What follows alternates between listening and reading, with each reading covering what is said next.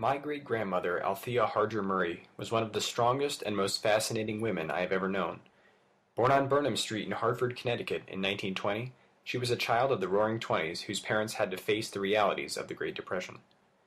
She met my great-grandfather, John Douglas "Doug" Murray, when they were seniors in high school. They dated for 2 years and eloped in 1940 when she became pregnant with their first child, my grandmother Lynn. Lynn was born in April 1941, and her younger brother Bruce was born in 1943. On June 6, 1944, at the height of World War II, Doug enlisted in the United States Marine Corps and was shipped off to Japan. This wasn't unusual at the time, as more than 16 million Americans served during the war and often spent years away fighting the Germans and Japanese. Even on the home front, danger was hard to avoid. In July 1944, Althea took 3-year-old Lynn to see the Ringling Brothers and Barnum and Bailey Circus in Hartford, Connecticut.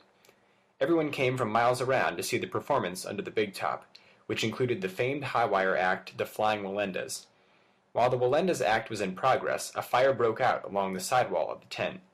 It spread rapidly due to the paraffin wax covering that was used as a waterproofer. Althea rushed to escape amongst the chaos. Worried about the safety of her daughter, she handed her to a man who ran out of the blaze.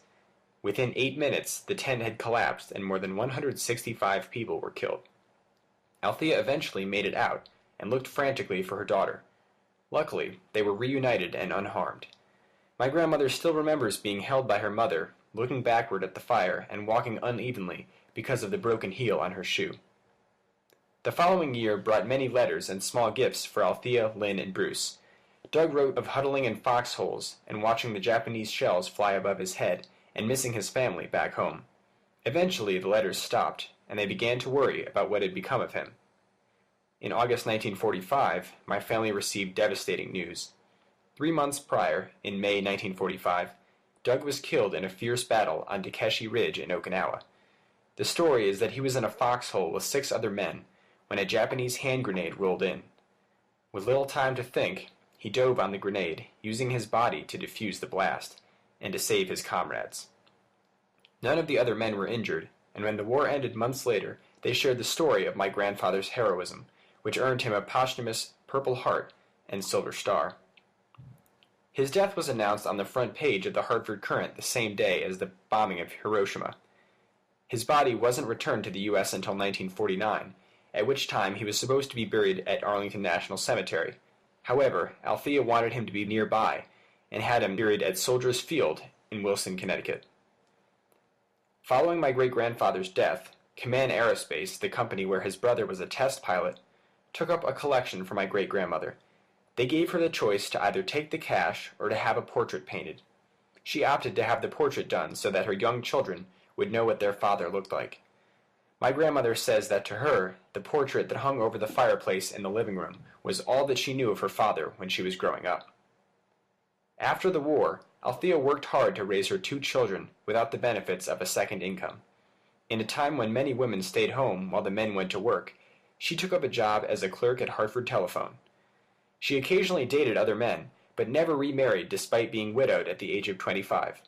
According to my grandmother, however, she came close to finding another husband twice. The first time, she had been with a man for a number of years and was ready to marry him, but his mother disapproved of her already having children. The second time, another man wanted her to sell the house and buy a larger one for both of them. She agreed to pay for half of the new house, but he wanted her to use her life savings to finance it. She refused, as this money was intended for Lynn and Bruce to go to college. Even though she could have used the support of a companion, she would never put herself before the needs of her children. My great-grandmother may have been unusual as a working single mother in the 1940s and 50s, but that wasn't what really set her apart. In her spare time, she was a clown. Going by the name Alfie, she performed in parades and at events as an ambassador of joy. This was something she enjoyed until her death, and a tradition she passed on to my Uncle Bruce. She loved nothing more than to make people laugh, collect unusual treasures, and bake delicious rainbow blonde brownies and her own pumpkin pie.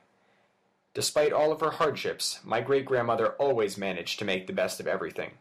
It is her ceaseless optimism that has inspired my family to push through tough times and come out stronger on the other side. I have learned that success doesn't have to be defined by how much money you make or what sort of job you have, but rather by how happy you are with what you are given.